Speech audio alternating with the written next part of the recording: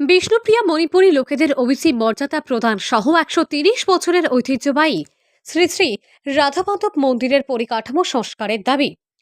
আসামে বসবাস করা বিষ্ণুপ্রিয়া মণিপুরী লোকেদের ওবিসি মর্যাদা প্রদান সহ ১৩০ বছরের ঐতিহ্যবাহী শ্রী শ্রী রাধামাধব মন্দিরের পরিকাঠামো সংস্কারের দাবি উঠল আন্তর্জাতীয় ধর্ম সম্মেলনে।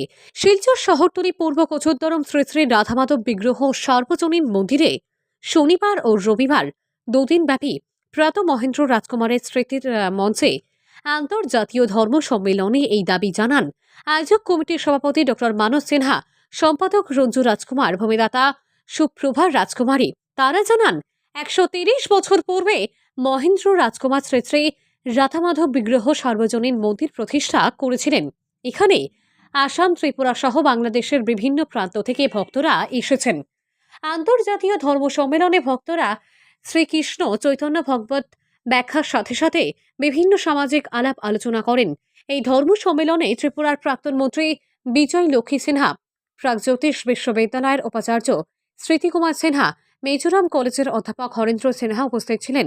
তারা জানান মহেন্দ্র রাজকুমার শিক্ষা বিস্তারের জন্য স্কুল দান করেছিলেন, ধর্মীয়ভাবে মন্দির প্রতিষ্ঠা করেছেন, ভূমিদান করেছেন, সমাজকে বিপন্ন অবস্থা থেকে মুক্ত করার জন্য ১৯৩২ সালে ২৫শে সেপ্টেম্বর ইউনাইটেড সোসাইটির উদ্দেশ্যে মহাসভার প্রতিষ্ঠা করেছেন।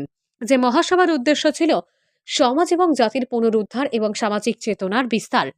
মহেন্দ্র রাজকুমার ওমেন এম্পাওয়ারমেন্টকে গুরুত্ব দিয়েছিলেন এবং ১৯৩৯ সালের ৭ই এপ্রিল নিজের সভাপতিত্বে একটি মহিলা সভার আয়োজন করেন। সেখানে বাস্তবিক মহিলাদের সুললিত ভাষার বক্তৃতা সকল মহিলা পুরুষের মনে সমাজের পরিণাম চিন্তার প্রেরণা সঞ্চারও করেছিল ও ক্ষত্রিয় মহিলা সমিতি প্রতিষ্ঠা করেন এবং অনেক বড় তাঁত কারখানা করে বিভিন্ন জায়গার মহিলাদের কাজ করার সুযোগ করে দেন।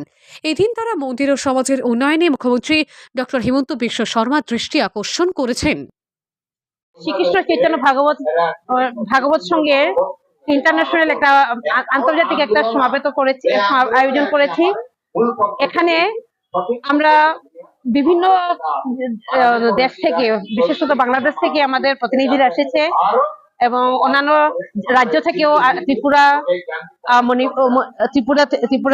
ত্রিপুরা থেকে এসেছে, অ্যাকচুয়ালি মন্ত্রীরা এসেছেন। আমাদের উদ্দেশ্য হলো বিশ্ব শান্তি। তো এই বিষয়ে তো উনি বলেছেন। এখন আমি এই যে মন্দির, এই মন্দিরে ওইটা হলো হস্তিনাপুরের যে পুরোহিত ছিলেন, ওই পুরোহিতের বংশধরে এই নিকুঞ্জ শর্মা। এটা হলো এই মন্দিরে যিনি ভূমিদান করেছেন উনি হলেন প্রয়াত মহেন্দ্র রাজকুমার।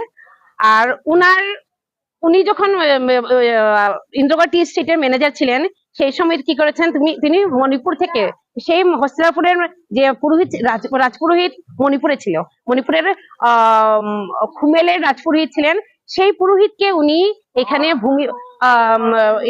এই ভিটামাটি দান করেছেন এবং 12 বিঘা জমি দান করে এই জায়গাটাতে উনি সেই হস্তিনাপুরের যে রাজপুরোহিতকে এখানে প্রতিষ্ঠা করেছেন।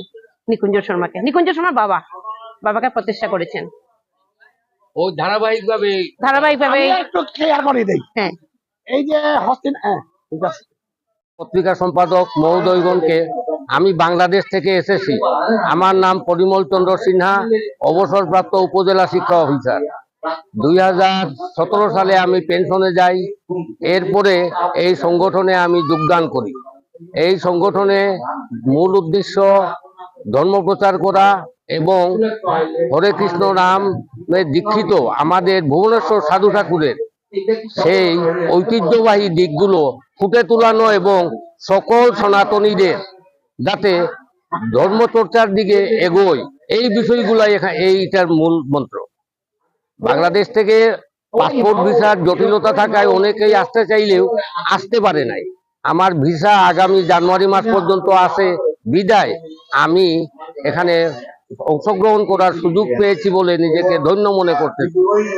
তো আমি এই সংস্থার উত্তর শ্রীবৃদ্ধি হোক এবং এইটার সাথে ভুবনেশ্বর সাধু ঠাকুরের যে সেবার কৌশল, সেবাদানের কৌশল, এগুলো যাতে রপ্ত করতে পারি, বিষ্ণুপ্রিয়া মণিপুরী সমাজ তথা সমগ্র সনাতন ধর্মাবলম্বী, এই কামনা করে আমার বক্তব্য এখানেই শেষ করলাম। ধন্যবাদ।